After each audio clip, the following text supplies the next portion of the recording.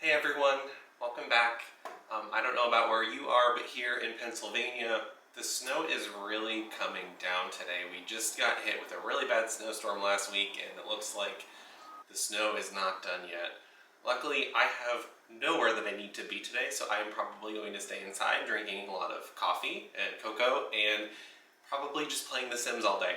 So one thing that I love to have with my coffee is cake. So what I wanted to show you today is how to make hardtack cake. I really describe it to people as kind of a no-brainer coffee cake. It doesn't have all the layers and marbling and streusel topping. It's just a bunch of ingredients that you slap into a cake pan, put it in the oven, and you have a delicious coffee cake. So let's get started.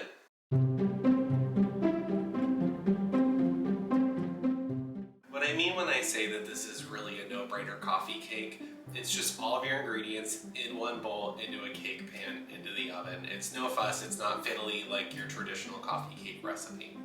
So the first thing that I'm going to do in my bowl here, I'm going to mix 2 cups flour with my baking powder and baking soda and some salt. And I'm going to give those dry ingredients a quick whisk.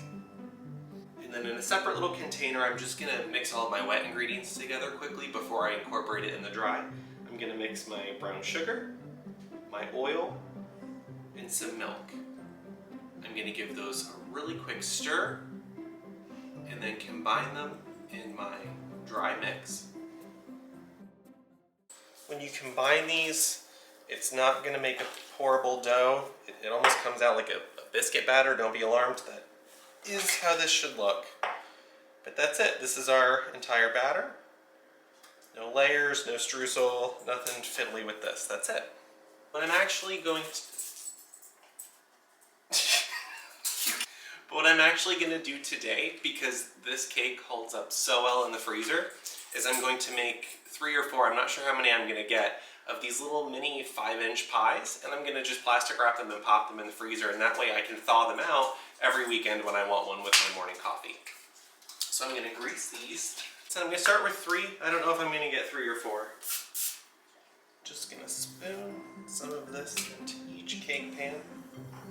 Again, you're going to look at this and think there is no way that I'm going to get cake out of what looks like cookie dough, but I do promise you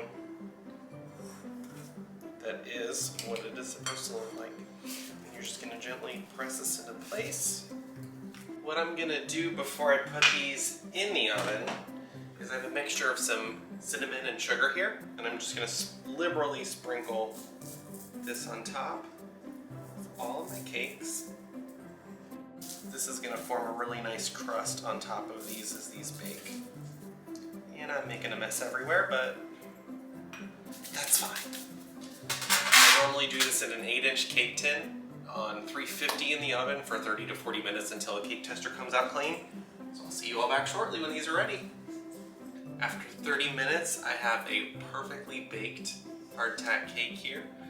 It's still actually kind of warm, but I'm going to go ahead and cut into this right now.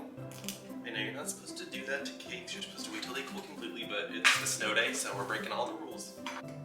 Oh my gosh, and that cinnamon sugar makes a nice crispy crust on top.